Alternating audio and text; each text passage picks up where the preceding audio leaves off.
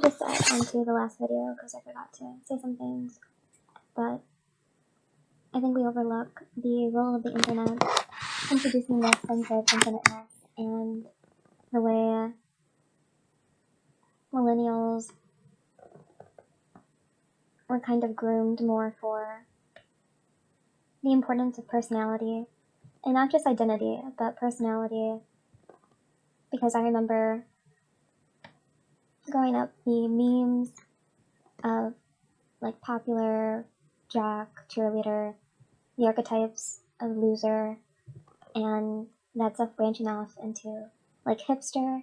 So it became a kind of online social status to know things, and that's kind of instant gratification through personality where it's not what you do, but it's what you know. So I think less people felt the need to do skills, and it was just about buying the right thing or knowing the right band, and that adds a kind of stress or phantom issue. So you can't have real hardship because you are too busy constructing this personality, identity, and now that stuff has completely become brands for people.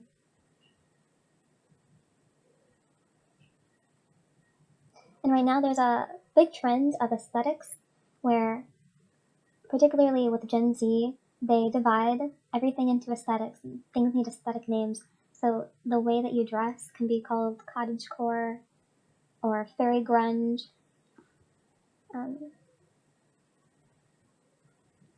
Whimsical goth,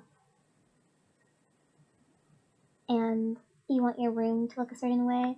You just want everything to feel like a TV character, like you are the main character. It has to.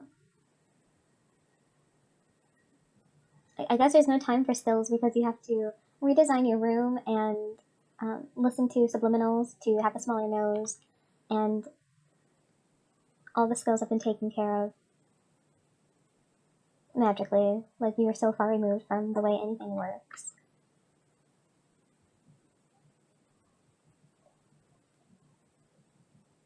And sometimes that's just a coincidental blessing. Like where I live, the things that have gone wrong is maybe I've had a clogged tub or a leaking sink. And since I don't have a car, I haven't had car issues, but my mom has had car issues, so it's like those are inconvenient, but it's maybe like 3 big inconveniences out of the year where you actually need expertise and skill, and everything else you can kind of get by on. So I don't think as much, or don't need to think as much about where things come from or how they're made and how to maintain them, because for the most part my life runs pretty smoothly, thankfully. I guess that's just the privilege of being an American, I don't know.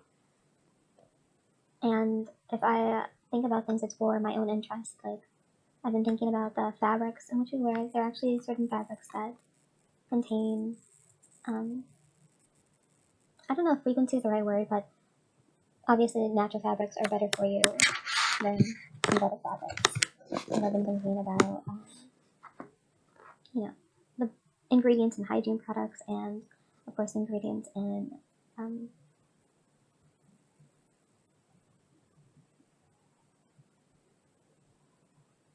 mass-produced foods, and questioning my shopping choices. I don't buy from Amazon a lot, but you can get in that debate of should I support something, should I support a corporation that's killing small businesses and everything's made in China.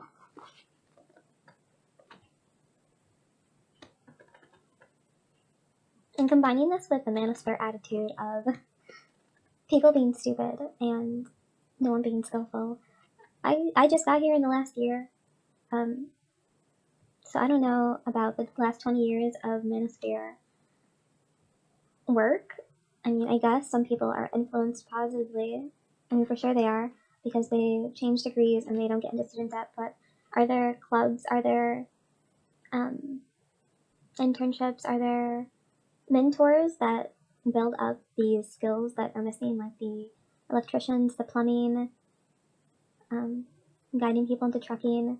Is it for free, or is it all a paid mentor service? I think for a group that knows there's a dwindling like workforce and claims to really care, you would think there's more of a brotherhood and really teaching about these skills. I think I've already seen more from on women's side than on men's side for this, and it'll just be like 4 women who are talking about reconstructing and defining marriage and basically being realistic and trying to help women return to some tradition because they realize that women are not happy and basically delusional. So they're not just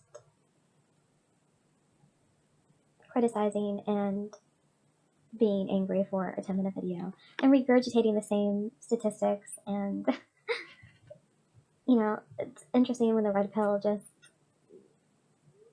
turns complete black pill. And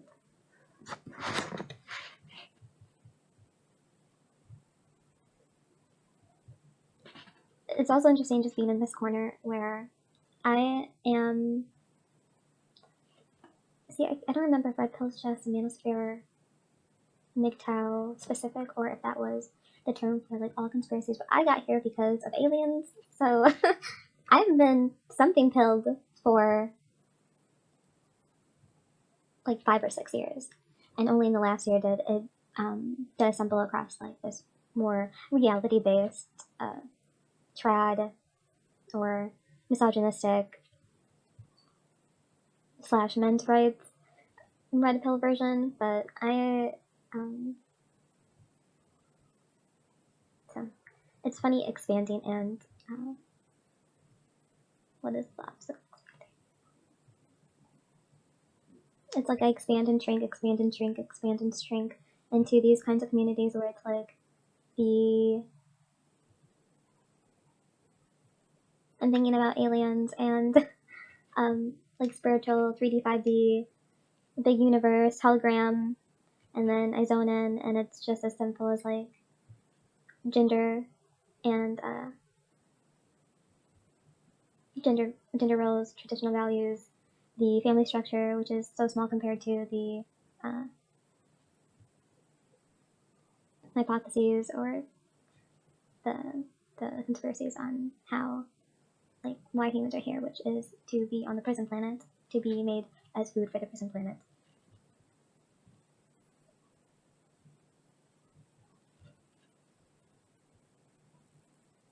And regardless of my feelings of regardless of my brainwashing phases in which I allow myself, I guess that's my mission. I was thinking about it yesterday, and you know, people search for a life meaning, a life purpose. They wonder why they were born, why God made them, and I think that's just been my life mission, has been getting over myself, and I get over myself by realizing like how quickly my mind adapts to new communities and taking on laws, like being on each side of the topic at points, and that kind of neutralizing me and balancing me and realizing that I'm the singular point and I don't need to choose left or right, I can just go up and choose God, which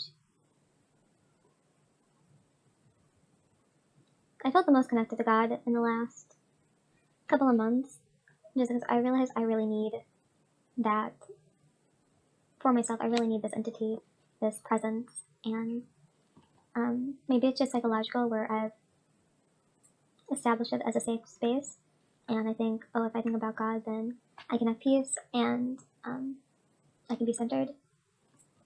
Or maybe that is just what God is, and you learn for yourself that when you go to God, that those are the feelings that are there. I can't tell if it's just my own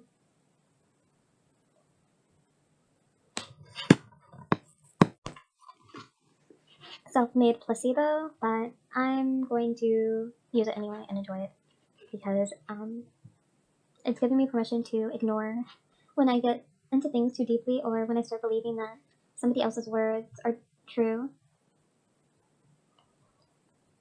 and that I can't have what I want. And right now I'm just like, if it's God's will, like I appreciate that I can have desire, but I know if something else was in charge, they would probably be better than me in constructing and directing like how I get that desire.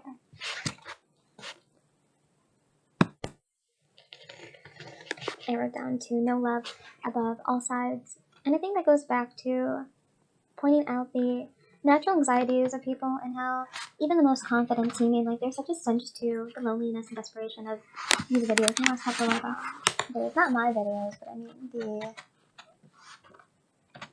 Amanda's favorite videos I've watched, where, I think it's clearly not always like me. I think it is a good socializing technique, and I don't know, like I feel like I'm really good at just reading true emotions, just reading true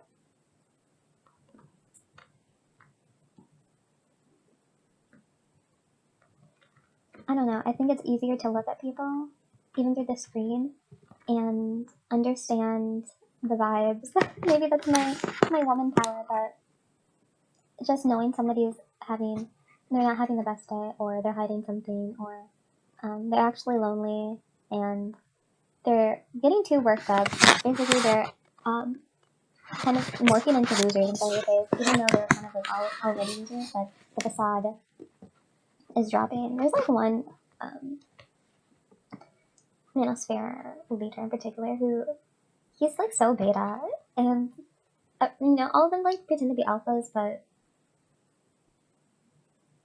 he just has like the like such a beta baby face and like urge to prove himself in front of in front of the alphas, and I just hate the way that he introduces information, like, and also like it's so womanly to be online constantly, you guys, especially on Twitter, and it gives me the ick. And then like all these other men like worship the men. It's also gay.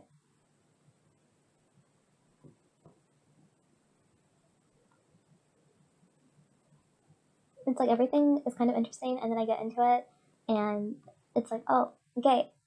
This was gay all along. And then I return to God, and I'm like, okay, I'm good. I'll always have my mood spells, but at the end of the day, God got me.